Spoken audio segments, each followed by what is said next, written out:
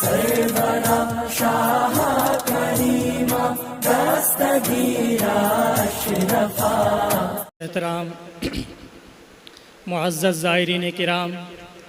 عرس پاک کی مقدس ترین تقریب میں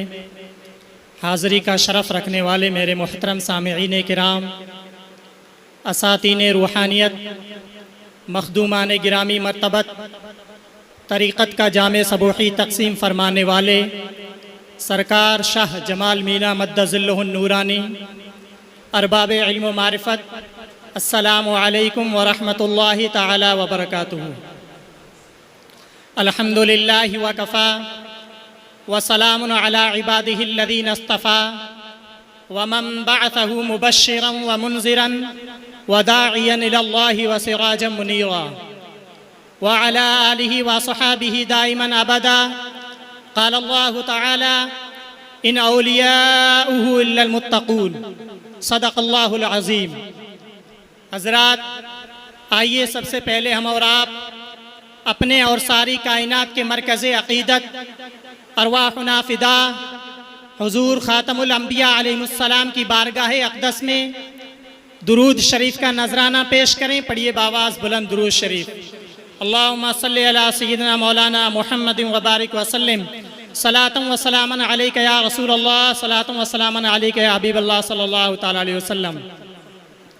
حضرات، ارباب علم و معرفت، موقع کی مناسبت اور آپ حضرات کی چارہ گر شخصیات کو دیکھتے ہوئے دل درد مند حضور محبوب العلماء والمشائخ، جن کی حیات سنیت اور مسلک اعلیٰ حضرت کے لیے وقف تھی، اس موضوع پر چند باتیں عرض کرنے کے لیے مضطرب اور بے کیف ہے۔ نہ معلوم آپ سے ملاقات اور گفتگو کی باری پھر کب آئے۔ میر جمع ہے احباب درد دل کہہ لے، میر جمع ہے احباب درد دل کہہ لے، ورنہ پھر التفات دل دوستاں رہے نہ رہے، ورنہ پھر التفات دل دوستاں رہے نہ رہے۔ عزیزان گرامی وقار، اگر آپ زمانے پر ایک گہری نظر ڈالیں تو آپ کو معلوم ہوگا کہ ہر طرف کفر و ظلمت کی کالی گھٹائیں چھائی ہوئی ہے۔ ہزار ریال پانی کی طرح بہا کر وہابیت کو فروغ دیا جا رہا ہے۔ ایران کی ساری قوتیں رافضیت کی ترویج و اشاعت میں ہمہ تن مصروف ہے، تو وہیں دیوبندیت نگر نگر ڈگر ڈگر گٹھریاں باندھے اپنے باطل افکار و خیالات کے بیج بو رہی ہے۔ تو دوسری طرف سنیت کے لبادے میں چھپے صلح کلیت کے بھیڑیے لوگوں کے ایمان و یقین کو چٹ کر رہے ہیں۔ عہد روا میں صلح کلیت کے جراثیم بہت ہی تیزی کے ساتھ پھیل رہے ہیں۔ خود کو سنی کہنے والے، سنیوں کے اداروں کی طرف نسبت رکھنے والے، جبہ و دستار سجائے ہوئے لوگ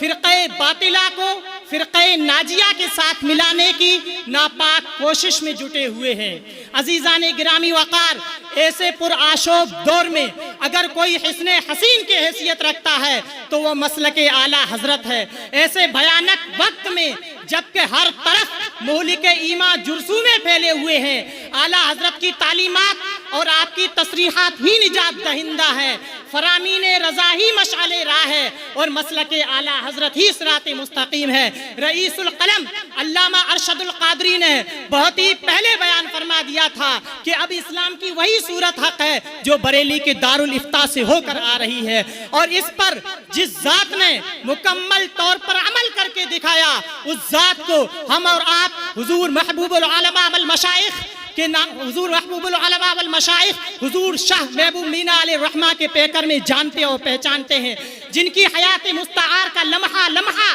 خدمت دین متین اور فروغ مسلک اعلیٰ حضرت کے لیے وقف تھا۔ میں اپنے اس مختصر بیان میں اس کی چند جھلکیاں آپ کے سامنے پیش کرنے کی کوشش کروں گا۔ عزیزان گرامی وقار، سرکار اعلیٰ حضرت نے فروغ سنیت کے لیے جو 10 نکاتی پروگرام بیان فرمائے ہیں، اور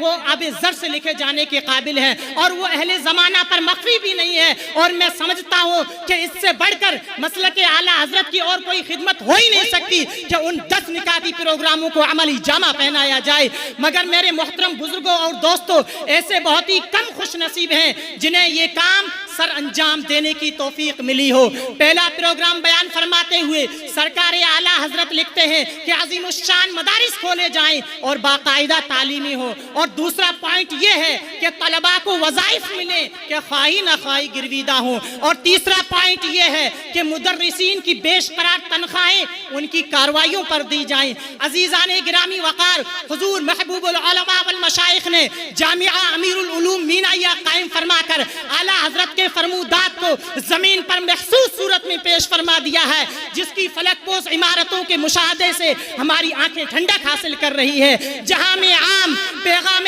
شیخ احمد رضا کر دیں، جہاں میں عام پیغام شیخ احمد رضا کر دیں، پلٹ کر پیچھے دیکھیں پھر سے تجدید وفا کر دیں، پلٹ کر پیچھے دیکھیں پھر سے تجدید وفا کر دیں۔ عزیزان گرامی وقار، حضور محبوب العلماء والمشائخ نے صرف ادارہ ہی قائم نہیں فرمایا بلکہ تعلیمات رضا کی روشنی میں طلباء اور اساتذہ پر شفقت بھی فرماتے رہے، حتیٰ کہ اساتذہ کی تنخواہوں کے علاوہ خفیہ طور پر ان کی دیگر ضروریات کی تکمیل بھی فرماتے رہے۔ حضرات، حضور محبوب العلماء والمشائخ کا اٹھنے والا ہر قدم مسلک اعلیٰ حضرت کے عین مطابق تھا۔ اس کا اندازہ آپ اس بات سے لگا سکتے ہیں کہ سرکار اعلیٰ حضرت نے فتاوی رضویہ شریف میں متعدد مقامات پر یہ حکم لکھا کہ وہابیہ کے پیچھے نماز باطل ہے اور پڑھنے والا سخت گنہگار ہے، اور اگر انہیں مسلمان سمجھ کر پڑھی تو تجدید ایمان بھی کرے۔ اور ایسے ہی وہابیہ حرمین شریفین میں مصلی امامت پر قابض ہے، مسجد الحرام کی حرمت والی فضائیں، سامنے کعبۃ اللہ کی رحمت برساتی رونقیں، اور تا حد نظر مسجد حرام کی جماعت میں شامل ہونے والے حجاج کا روح پرور منظر کسی کو بھی اپنی طرف کھینچ لے۔ یوں ہی رشک بہار خلد مدینہ منورہ کی پاک سرزمین، جہاں ایک طرف روزے کا نور برس رہا ہے تو دوسری طرف منبر کی بہاریں ہیں، اور بیچ میں جنت کی کیاری اپنی عظمت شان کا اعلان کر رہی ہے، اور وہیں فرض نماز کی جماعت بھی قائم ہے۔ مگر ان دونوں مقامات پر مکہ شریف میں بھی اور مدینہ شریف میں بھی حضور محبوب العلماء والمشائخ اپنی نماز تنہا پڑھ رہے ہیں، کیونکہ ان مقامات پر جماعت کی نماز کے جو ثواب آئے ہیں اس کے لیے ضروری ہے کہ امام سنی صحیح العقیدہ ہو، جو یہاں نہیں ہے، اس لیے جو ثواب ہے وہ تنہا پڑھنے ہی میں ہے، اور یہی مسلک اعلیٰ حضرت ہے۔ اور حضور محبوب العلماء والمشائخ کا حرمین شریفین میں اس پر عمل کرنا یقیناً تسلب دینی کی دلیل ہے، اور بلا خوف و تردد مسلک اعلیٰ حضرت پر عمل کی بھی دلیل ہے، ورنہ وہاں پہنچ کر بہت سے پلپلے ان وہابیوں کی اقتدا یہ کہہ کر لیتے ہیں کہ اب یہاں آ کر ہمیں جماعت تو نہیں چھوڑنی چاہیے، مگر قربان جائیے حضور محبوب العلماء والمشائخ پر کہ جنہوں نے مصلحت پسندی کو بالائے طاق رکھا اور مسلک اعلیٰ حضرت پر عمل کر کے دنیا کو بتا دیا کہ مسلک اعلیٰ حضرت پر قائم رہو، مسلک اعلیٰ حضرت پر قائم رہو، زندگی دی گئی ہے اسی کے لیے، زندگی دی گئی ہے اسی کے لیے۔ عزیزان گرامی وقار، حضور محبوب العلماء والمشائخ کو صرف ہم اور آپ ہی مسلک اعلیٰ حضرت کا سچا اور پکا وفادار نہیں کہتے، بلکہ موجودہ دور کی دو سب سے عظیم شخصیات حضور تاج الشریعہ علیہ الرحمہ اور حضور محدث کبیر دامت ظلہ النورانی بھی اس بات کی تائید و توثیق فرماتے ہیں۔ اس سے بڑھ کر اور کیا سند ہو سکتی ہے؟ ایک مرتبہ حضور تاج الشریعہ علیہ الرحمہ کے سامنے کسی بابا کے آنے اور ملنے کا تذکرہ ہوا تو آپ نے فرمایا کہ ہم کسی بابا کو نہیں جانتے، ہم تو بس ایک ہی بابا کو جانتے ہیں جو شہر گونڈا اور اس کے اطراف میں مسلک اعلیٰ حضرت کی ترویج و اشاعت میں مصروف کار ہے۔ حضرات، حضور محبوب العلماء والمشائخ نے شہر گونڈا اور اس کے اطراف میں فروغ مسلک اعلیٰ حضرت کے لیے جو کارہائے نمایاں انجام دیے ہیں وہ آب زر سے لکھے جانے کے قابل ہے، اور آپ نے ہر دور اور ہر عصر میں جب کبھی اور جہاں کہیں امت مسلمہ کو جیسی ضرورت پیش آئی ہے آپ نے ویسی ہی مدد فرمائی ہے۔ بالآخر 28 محرم الحرام سن ہجری 1442 کو